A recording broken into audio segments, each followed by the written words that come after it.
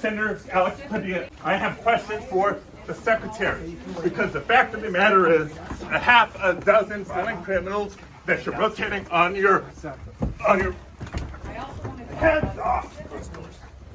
How many of our ICE agents have been doxxed for doing their duty? Good afternoon, everybody. I'm Senator Alex Padilla.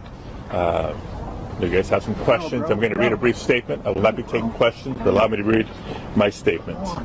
I'm here in Los Angeles today, and I was here in the federal building, in the conference room, awaiting a scheduled briefing from federal officials as part of my responsibility as a senator to provide oversight and accountability.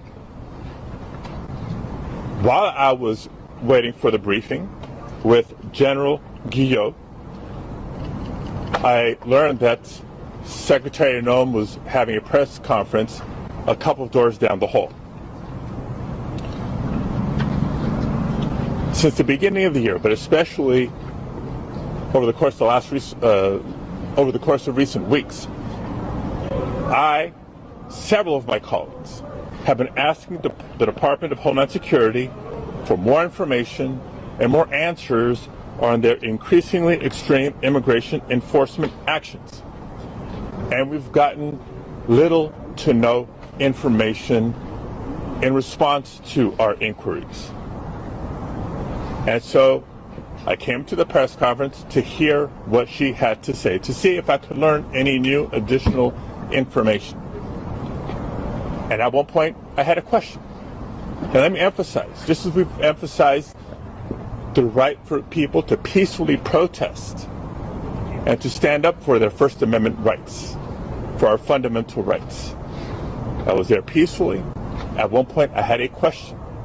And so I began to ask a question. I was almost immediately forcibly removed from the room.